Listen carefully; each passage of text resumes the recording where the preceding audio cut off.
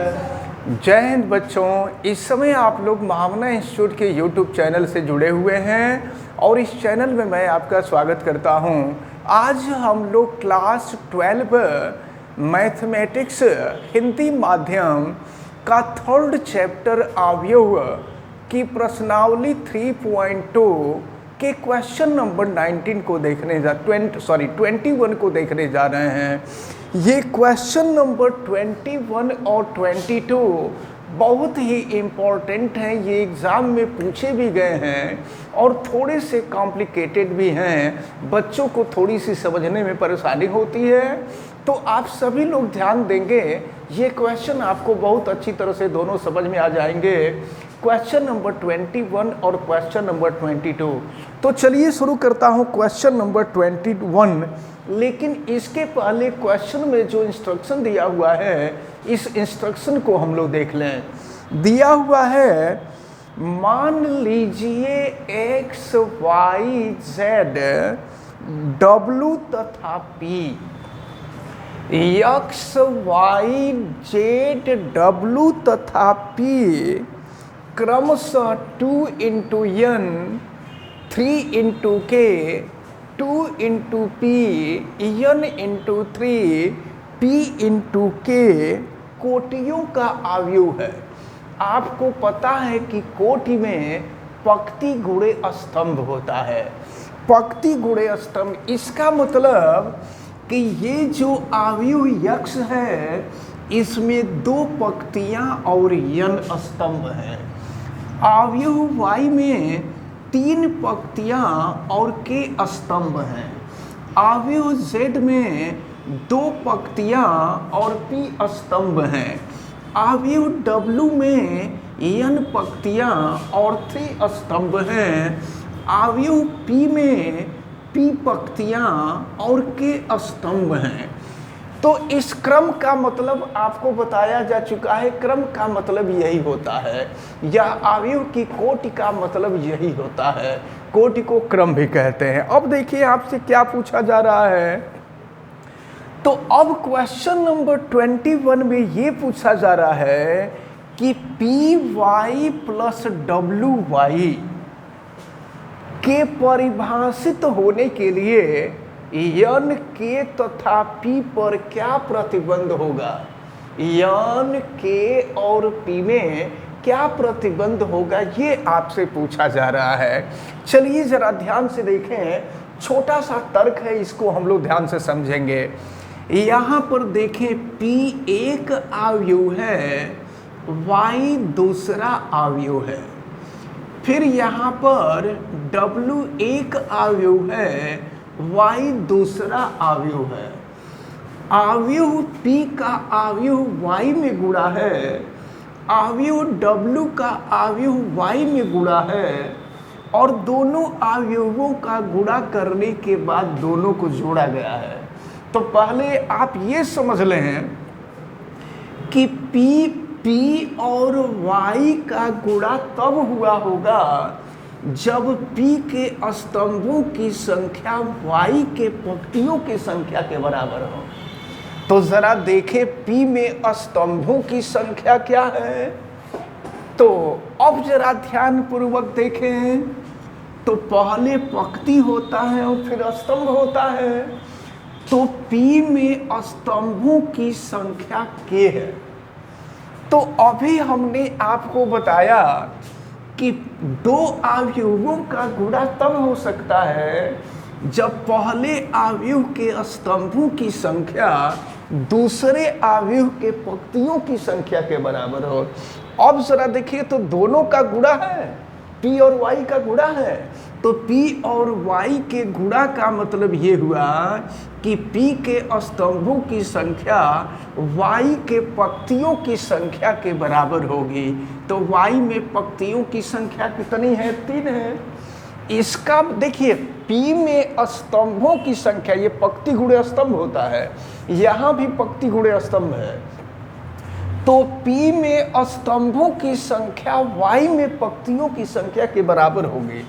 इसका मतलब k की जो वैल्यू होगी, k की वैल्यू 3 हो जाएगी। k की वैल्यू देखिए, k की वैल्यू 3 हो जाएगी। तो पहली बात तो समझ में आ गई, पहली बात तो क्लियर हो गई। अब देखिए, अब जरा हम w और y पे आते हैं। तो w के स्तंभों की संख्या देखिए, अब w में स्तंभ क्या है, w में स्तंभों की संख्या, तो देखें w में पहले पंक्ति ये स्तंभ है, w में स्तंभों की संख्या क्या होनी चाहिए, y में पंक्तियों की संख्या के बराबर होनी चाहिए। तो y में पंक्तियों की संख्या के बराबर है, ध्यान दीजिएगा, यानी 3 के इक्वल हो गया। तो जब 3 के इक्वल हो जाएगा तो n के इक्वल हो जाएगा। तो n इजकल टू हो जाएगा k। इसका मतलब ये हुआ कि k की वैल्यू 3 होगी और n की वैल्यू जो है k के बराबर हो जाएगी। अब देखिए आप जरा, अब एक बात हम लोगों को ये समझना है कि ये पी वाई, ये देखिए जरा, P Y plus W Y ही है कि डब्ल्यू जेड हमको लग रहा है। अब आप जरा ध्यान पूर्वक देखें तो ये k की वैल्यू तो 3 निकल गई, अब n की वैल्यु k है। लेकिन एक बात आप ध्यान पूर्वक देखें, दो अवयवों को यहाँ जोड़ा गया है। तो दो अवयवों को तभी जोड़ा जा सकता है जब पहले अवयव का क्रम और दूसरे अवयव का क्रम दोनों आपस में बराबर हों। तो अब देखें यहाँ पर, देखिए यहाँ पर पी वाई में देखें, पहले का जो पी वाई का क्रम और डब्ल्यू वाई का क्रम, दोनों का क्रम इक्वल होना चाहिए। तो P में आप P का जो क्रम था वो P इंटू K था और Y का जो क्रम था वो 3 इंटू K था।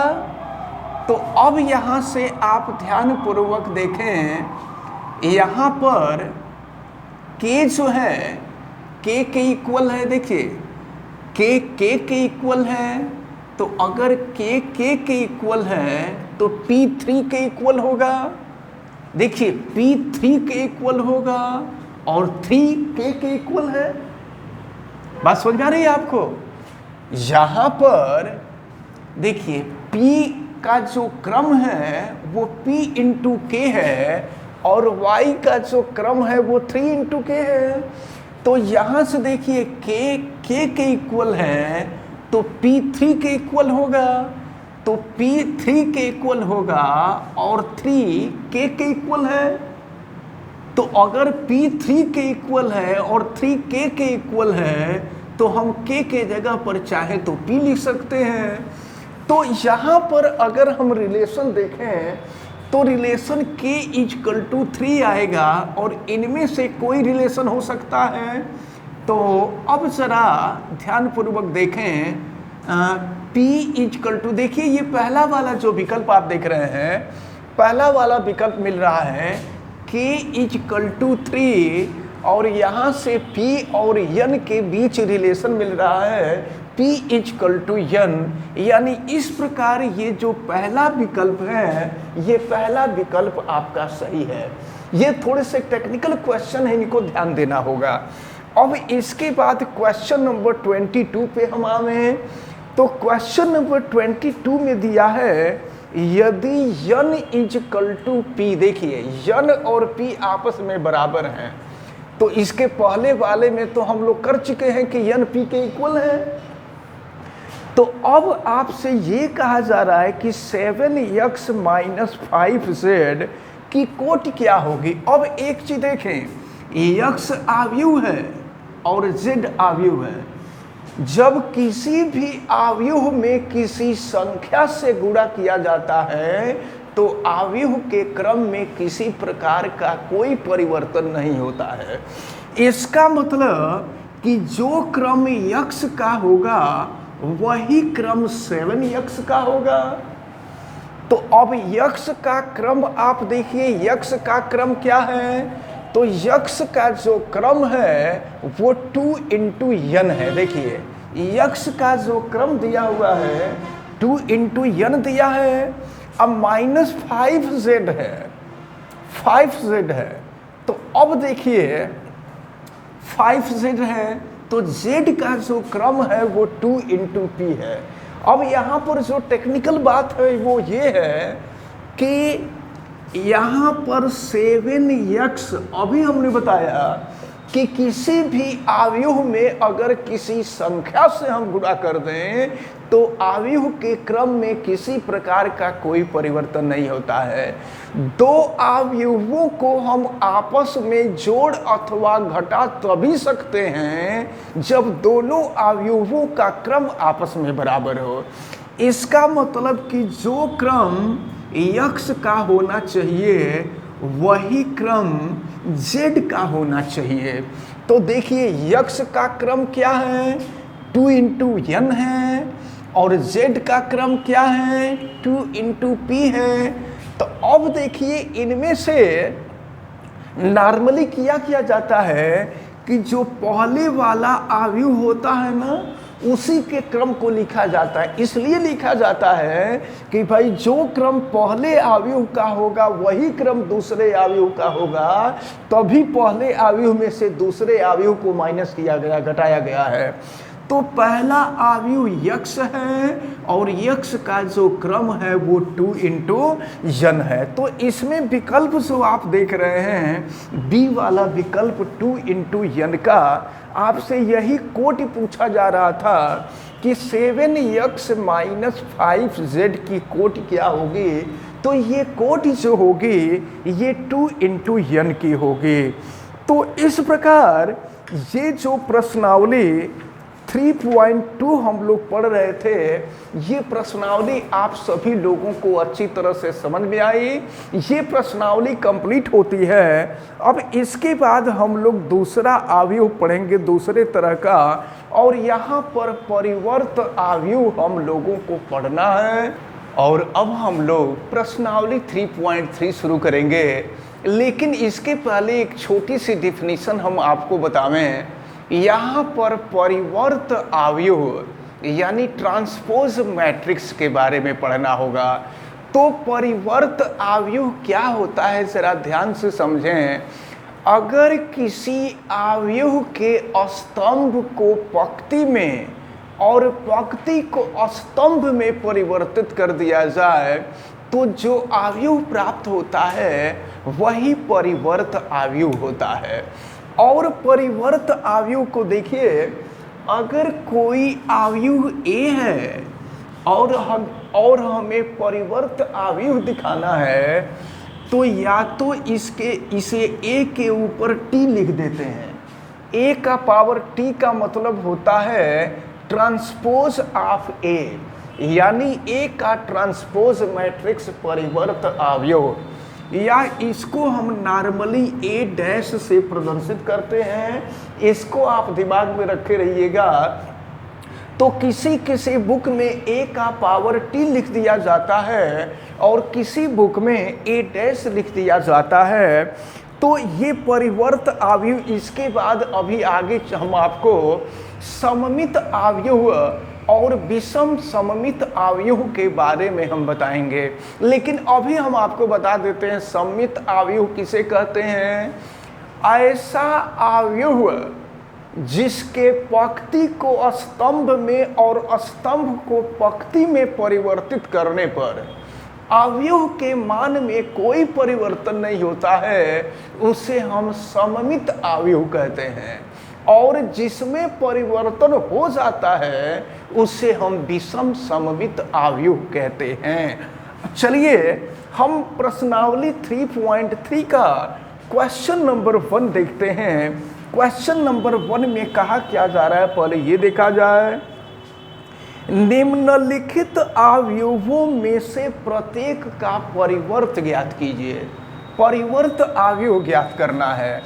सपोज कीजिए ये पहला वाला अवयव A है, तो अगर हमें A डैश निकालना हो तो जानते हैं क्या करते हैं, हमने अभी आपको बताया कि स्तंभ को पंक्ति में और पंक्ति को स्तंभ में कन्वर्ट कर देते हैं। तो चलिए ये स्तंभ आव्यूह है, इसको हम पंक्ति आव्यूह में कन्वर्ट कर देते हैं। तो ये 5 हो जाएगा, 1/2 हो जाएगा और -1 हो गया, निकल गया ये डैश। अब अगर सेकंड वाले में हम आवें, सेकंड वाले आव्यूह को अगर हम बी मान लें, तो यहाँ से अगर बी डैश निकालना हो तो देखें कैसे निकालेंगे। यहाँ भी स्तंभ को पंक्ति में और पंक्ति को स्तंभ में कन्वर्ट कर देते हैं। देखिए ये 1 2 स्तंभ है, इसको पंक्ति में बदल देंगे, 1 2 हो जाएगा। और स्तंभ को पंक्ति में ये -1, इसको पंक्ति में कन्वर्ट कर देंगे, -1 यहाँ और 3 यहाँ, निकल गया परिवर्त आव्यूह। तो परिवर्त आव्यूह ऐसे ही ज्ञात करते हैं। अब हम थर्ड वाले पे आवें, अगर इसको हम सी मान लें तो सी डैश निकाला जाएगा। सी डैश निकालने के लिए यहाँ भी पंक्ति को स्तंभ में और स्तंभ को पंक्ति में कन्वर्ट कर देंगे। तो चलिए देखिए, पंक्ति को स्तंभ में -1 5 6, ये हो गया √3 5 6। देखिए पंक्ति को स्तंभ में और स्तंभ को पंक्ति में कन्वर्ट कर रहे हैं। फिर ये हो जाएगा 2 3 -1। तो इस प्रकार ये जो पहला क्वेश्चन है, ये पहला क्वेश्चन सॉल्व होता है। और इस तरह ही अगर परिवर्त आव्यूह निकालना होगा तो परिवर्त आव्यूह हम ज्ञात करेंगे। अब इसके बाद दूसरे क्वेश्चन से हम लोग नेक्स्ट वीडियो में देखेंगे। फिलहाल हमें उम्मीद है कि आज जितनी भी बातें आपको बताई गई हैं, ये सारी बातें आपको बहुत अच्छी तरह से समझ में आई होंगी। आप वीडियो को लाइक ज़रूर कीजिएगा और अगर किसी प्रकार की कोई दिक्कत समझ में आती है तो आप हमें कमेंट करके बताइएगा भी। वीडियो को मैक्सिमम स्टूडेंट तक शेयर कीजिए ताकि मैक्सिमम स्टूडेंट इस वीडियो का ये जो इम्पोर्टेंट टर्म है, इस इम्पोर्टेंट टर्म का बेनिफिट ले सकें। और आप वीडियो को कमेंट करने के साथ साथ लाइक तो करें ही, बेल आइकन को भी प्रेस करें ताकि प्रतिदिन पढ़ने वाले वीडियो की सूचना आप तक पहुंचती रहे। आप सभी लोगों का बहुत बहुत धन्यवाद। जय हिंद।